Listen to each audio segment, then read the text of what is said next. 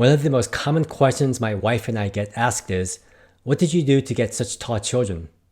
In this video, I'm going to reveal how to grow tall and healthy children backed by science. Hi, I'm Dr. Stephen Park, and I'm an ENT surgeon and sleep medicine doctor with a passion for helping you breathe better, sleep better, and live much more fulfilling lives. As I mentioned in the introduction, our friends are always asking us what we do to produce tall and extremely healthy children. We have 3 boys, with 2 in their early mid to 20s, and the youngest who's 14 and already taller than me. The oldest is almost 6 feet, and our middle one is close to 6 feet 3 inches. Personally, I'm 5'8", and my wife Kathy is 5'6". We do have some taller family members, such as Kathy's brother who's 5'11", and my uncle on my mother's side who's about 6 feet. My father was only 5'5", but he suffered severe malnutrition growing up under Japanese occupation in Korea. So it's clearly not in our genes, and my 2 younger brothers are much shorter than I am. Maybe by modern standards in the US, this isn't that uncommon, but what is uncommon, especially in our community, is that our boys rarely ever have to see their pediatrician. Every year, we take them in for their summer camp physicals, and the doctor always comments that he never sees them except for their annual physicals. So let me go ahead and cover 7 documented factors that can retard not only physical growth leading to shorter stature, but also cause many other various health problems such as well. After this, I'll reveal 5 basic principles that you can apply right away for your children, no matter how young or how old they are. Honestly, all these principles will also apply to fully grown adults like you. Obviously, you won't get taller, but you definitely will get healthier. And at the very end, I'll reveal one proven way to make children and grown adults significantly taller if you're already prone to this one condition. The first thing that can keep your children from reaching their full growth potential is lack of sleep. Now, I could write a 1,000-page book on the health benefits of good sleep and the various medical, hormonal, mental, and emotional harms of short sleep. My middle son, when he was in middle school almost 10 years ago, informally polled all his classmates, and on average, they slept only 5 to 6 hours every night. A middle schooler should be sleeping at least 9 to 10 hours every night. The CDC reports that about 6 out of 10 middle schoolers and 7 out of 10 high schoolers don't get enough sleep. And an informal poll of a handful of teens that I know of all confirmed that they sleep about 5 to 7 hours per night on average on school nights. When my wife and I used to go watch movies when our older boys were in their early elementary school years, we were shocked to see so many parents who brought their kindergartners and first graders to late movies, going home much later than 9 to 10 p.m. In general, it's been shown that newborns have to sleep about 16 hours per day, and by age 1, it's down to 14 hours. Elementary school kids need about 9 to 12 hours, and teens need about 9 hours every night. This is assuming that it's quality, uninterrupted sleep at night. We know that chronic sleep deprivation, meaning less than 5 hours for adults or 6 to 7 hours for teens, wreaks havoc with their health. Children who are sleep deprived will tend to drift off in class or can't concentrate, make poor decisions, have lower academic and sports performances, have more risk-taking behavior, and have more sick days. As for car crash risk after sleep deprivation in general, losing 2 hours of sleep will raise your risk of car accidents by over 300%. And how much does sleep deprivation as a child affect future growth in regards to height? This study looked at almost 900 newborn infants and followed them for 2 years, looking at height and sleep duration. They found a strong correlation between short sleep and lower body length. And this small prospective study looking at 23 infants found a 20% increase in episodic growth for each additional hour of sleep and 43% for each additional daytime nap. As expected, they also showed a higher body mass index for short sleepers. And this prospective study from China looked at underweight and malnourished 5th grade students and found that children who slept more than 10 hours compared to those who slept less than 9 hours grew significantly taller and gained more weight. And one large retrospective study I want to mention is from Korea, where they looked at over 32,000 adults from a large national nutritional survey. They found that extra short and extra long sleepers were associated with shorter height, but this was significant only in men. So if these 3 studies I mentioned above are true, why or how does that happen? The Korean study I mentioned gives us a clue. Why did getting optimal amounts of sleep help men only? There are many different possible explanations, but the most obvious one is what happens to growth hormone, and more specifically, when it happens. In men and in boys as well, growth hormone peaks during slow wave sleep, which is deep sleep. In this figure, your longest period of deep sleep happens at the beginning of sleep for the first few hours. Notice the red arrows here. Then the next 2 deep sleep periods are about 90 to 120 minutes apart, which is one sleep cycle. Now, if you look at growth hormone levels, you see that it sinks and peaks with deep sleep, mostly within the first half of the night when you're sleeping. In girls and women, the pulses of growth hormone are not as high and it's spread out more throughout the day. This is perhaps why sleep deprivation for boys affects height so much more. Another thing to think about is that for boys and girls and adults as well, your melatonin sleep hormone begins to rise about 2 hours before your natural sleep time. It peaks in the middle of the night and then goes down. It's been shown that melatonin also stimulates growth hormone. So if you either don't sleep long enough or use bright lights from screens late into the night, you're going to lower melatonin levels. And with lower melatonin, you get lower levels of growth hormone as well. Again, this is more of a problem with boys, but it also affects girls to some degree as well. Number 3, it's been shown that aluminum may stunt growth. It's been widely known that aluminum is a major contributor to dementia and Alzheimer's disease, but it can also stunt growth in children. There are animal studies in chickens showing that insulin-like growth factor 1 was lower on an aluminum-enriched diet, with overall growth down by 57%. It's also been shown that aluminum also lowers melatonin production by blocking the cytochrome P450 enzyme pathway in the pineal gland. Aluminum was also proposed to affect collagen production and also was found to lower mineralized bone by lowering active osteoblasts. This problem is commonly seen in patients undergoing kidney dialysis who frequently experience aluminum overload through the dialysis process. And this Chinese study looking at almost 1,500 preschoolers found that various heavy metals, including aluminum, were negatively associated with height. And lastly, there's been lots of concern about the high concentration of aluminum in infant formulas and baby food. Despite multiple calls to remedy this, the governmental authorities and the food and medical industries haven't taken any significant steps so far. Honestly, this is only a very small sampling of all the studies documenting the negative health effects of aluminum. I had to force myself to stop doing more research since the findings were endless. Now let's talk about an equally important issue, which is fluoride. I'm only going to cite studies showing the relationship between fluoride and short height.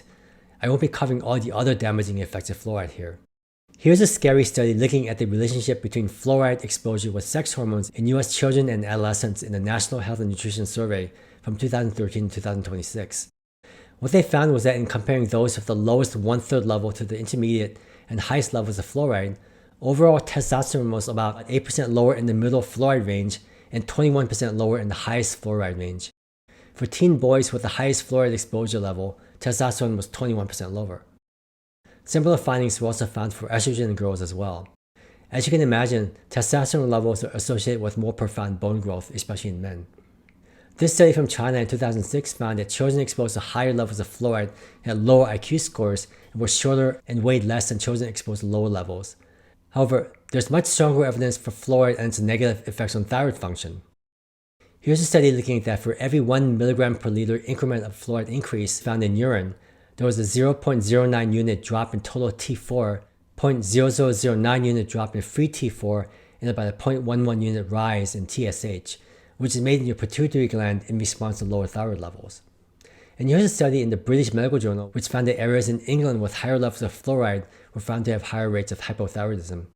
We also know that children with chronic hypothyroidism tend to be short. Even in cases of subclinical hypothyroidism, which is an early and mild form of low thyroid levels, treating with thyroid hormone can allow the teen to catch up and grow taller. And lastly, this study published in Nature in 2018 found that even at a supposedly safe water fluoride level of 0.5 parts per million, thyroid hormone levels were lowered significantly.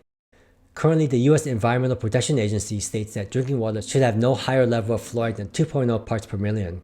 And here's a systematic review of water fluoridation and hypothyroidism, which found a positive correlation. One possible explanation for fluoride's connection to lower thyroid level is that fluoride can block iodine from being taken up by the thyroid gland.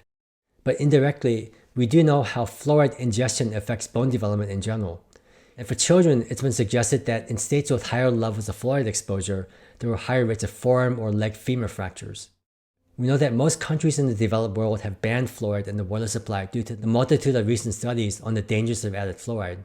Why the US and a handful of other countries continue to heavily promote fluoride is a long and complicated history to be told at another time. The next category I want to talk about is a huge one, which is pesticides, fungicides, and herbicides. But there's one in particular I have to mention, which is glyphosate. If you haven't heard about glyphosate, this is the main ingredient that you find in the weed killing spray Roundup. What you may not know is that it's the most heavily sprayed herbicide in the world. This is because many of our agricultural products were genetically engineered to be resistant to glyphosate. As of 2015, it's being used in over 70 crops in the US. The most heavily sprayed crops include soy, corn, cotton, wheat, sorghum, fallow, and almonds. Actually, wheat isn't genetically modified, but glyphosate is still used for its antibacterial properties, and it also desiccates and dries the crops, making it easier to harvest. I guarantee that once you start researching this, you'll be dragged into a rabbit hole. There are almost endless lists of documented medical complications as a result. This affects almost every system in the human body. But there's one particular feature of glyphosate which I found fascinating, and this is the fact that it can dampen the processing and availability of chondroitin sulfate, which is a precursor to cartilage and bone. The main premise I made in my book Sleep Interrupted is that modern human faces are shrinking, starting to accelerate over the past 100 years, and much faster within the last 30 to 40 years. This image is a study looking at composites of high schoolers' faces from 1900 to now. Notice how much more narrow modern faces are, and much taller too. Besides eating much more soft foods and bottle feeding, we have been exposed to dozens if not hundreds of poisonous toxins in our food and environment, many of which can contribute to changing or preventing proper facial development. And glyphosate is one of many. I've only mentioned 3 here so far: aluminum, fluoride, and glyphosate, and I'm sure there are many more. I can make the argument that everything that I talked about in this video may not only retard a child's physical stature, but also his or her facial anatomy as well. Having a smaller face will by definition predispose you to less efficient breathing, especially at night, which can lead to upper airway resistance syndrome, UARS, or obstructive sleep apnea. If you're not familiar with UARS, I'll place a link to a video I did about it below. And lastly, I want to briefly mention another area that most people don't think about, which is what happens to children who are abused, neglected, or adopted. There are countless studies confirming this, with the good news that after appropriate intervention in a loving, supportive, and safe environment, they can catch up with physical, emotional, and intellectual development in significant ways. Again, I'll place links to references below.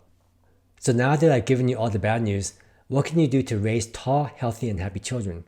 The good news is that there's a lot you can do, but you have to start early, even before conception, and choose a lifestyle that's conducive to a healthy diet and lifestyle for yourself before doing the same for your children. I'm going to give you a lot of steps here, and the more you can start and maintain, the better the results. But don't feel like you have to do everything.